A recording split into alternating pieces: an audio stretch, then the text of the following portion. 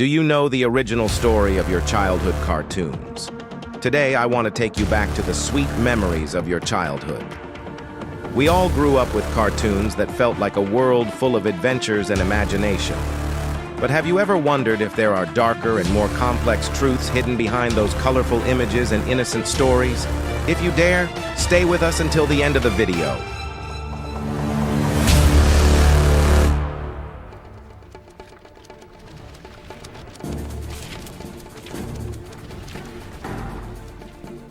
Have you ever wondered why you never see Andy's father in Toy Story? Well, there's an intriguing theory about this. According to the story, Andy's father was once a toy himself. Andy, the boy we know, has a favorite toy named Woody. However, before Woody became a toy, he was actually Andy's father, who also happened to be named Andy. Shortly after Andy was born, his father fell seriously ill and passed away. Before he died, Andy's father wanted to leave something behind for his son. In his desperation, he performed a ritual to summon a demon. The demon proposed a unique idea, that Andy's father could inhabit a toy, allowing him to stay close to his son. The demon then wrote the name Andy on the sole of the toy's shoe. This explains why the name Andy on Woody's boot looks different from the one on Buzz's boot. The demon also had one condition. All the other toys had to be possessed too. Andy's father agreed to this deal, making a pact with the demon. Eventually, through Andy's mother, the demon delivered the possessed Woody to her son. This is why there is often a rivalry between Woody and Buzz, with Woody constantly fearing replacement. It also sheds light on why, despite being the oldest toy, Andy remains deeply attached to Woody. Popeye first appeared on January 17th, 1929, quickly becoming a beloved character to millions of fans. In 2002, TV Guide ranked him as the 20th greatest cartoon character of all time, showing his lasting popularity. The real Popeye was a man named Frank Rocky Fiegel, born in Poland in 1868. As a child, he moved to the United States with his family and settled in a small town in Illinois. Rocky became a sailor in his younger years and spent 20 years working for the Merchant Marines. After retiring from the sea, he became a bouncer at Wiebesh's Tavern in Chester, Illinois, where he was known for getting into fights and usually winning. His frequent battles left him with a damaged eye, which earned him the nickname Popeye. He also spoke out of one side of his mouth due to his constant pipe smoking. While working at the tavern, Rocky would tell exciting stories about his time as a sailor.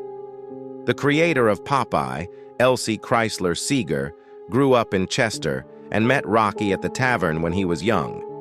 Seeger loved listening to Rocky's sea stories and later became a cartoonist.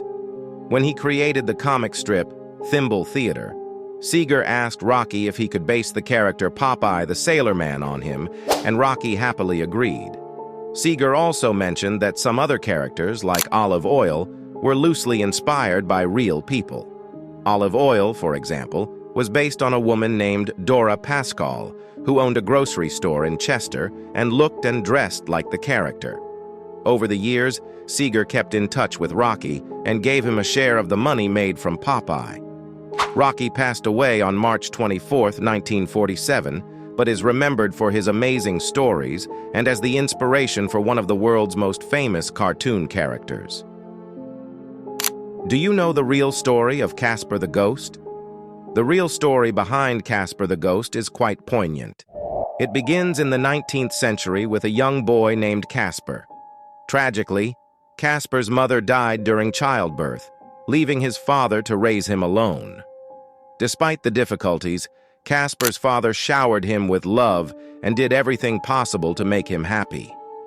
One Christmas, Casper, seeing other children having fun sledding, asked his father for a sled. His father gladly bought one, and Casper spent the whole day outside sledding and playing. Unfortunately, the extreme cold caused him to develop pneumonia, and he passed away. Instead of moving on to the afterlife, Casper became a ghost. He chose to stay with his father, who was already grieving the loss of his wife. Casper remained by his father's side, especially at night, and even tried to communicate with him. In a desperate attempt to help Casper live again, his father worked on creating an artificial body. However, before he could test it, the townspeople thought he had gone mad and sent him to a mental hospital, from which he never returned. Left alone, Casper remained a ghost, wandering the house without his parents. In Inside Out, the emotional landscape typically comprises 5 primary emotions: joy, sadness, fear, disgust, and anger. However, there exists a lesser-known, darker 6th emotion called broken. This emotion has the potential to dominate and overshadow the others under certain circumstances. Consider a scenario where a traumatic event occurs, such as a severe accident. In such a case, while joy, sadness, fear, and disgust might process and react to the immediate experiences, the emotion of broken can emerge in response to profound loss or trauma. When an individual experiences a devastating event, such as the sudden death of loved ones, broken can manifest as an overwhelming sense of despair and emptiness. This emotion can be so powerful that it affects not only psychological well-being, but also physical health. Broken has the potential to take over the mind, diminishing the influence of other emotions like joy. Attempts to counteract this dominance may involve joy and sadness working together to recall positive memories and alleviate the sense of brokenness. However, the power of broken can initially resist these efforts, causing the individual's emotional state to become darker and more fear-driven. Over time, with persistent support from emotions like joy and sadness, the strength of broken can wane. Even though broken may eventually diminish, it leaves a lingering possibility of returning, as it remains an integral part of the person's emotional spectrum. Therefore, it is crucial for the other emotions to continuously provide support, helping the individual to focus on positive memories and recognize that life still holds the potential for new, meaningful experiences. You often see Masha smiling alongside her friend, the bear. But there is a tragic story behind her. Masha was very quiet as a child, and when her parents took her to the hospital, they learned she had severe autism. Unable to cope with this, her parents abandoned her in the forest. Alone and struggling to survive, Masha would pick flowers, hoping to win back their love, but her situation did not improve.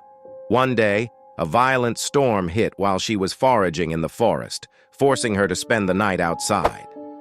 When she returned home the next day, she discovered her parents dead in their cabin, with the walls smeared with red and covered in mysterious footprints.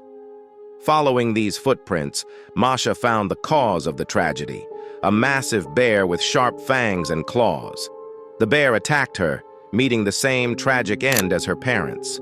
A few days later, adventurers discovered the horrifying scene, and one of them decided to tell Masha's story in a way suitable for children. So, while Masha's smiling face is often remembered, it's important to remember the tragedy that lies behind it.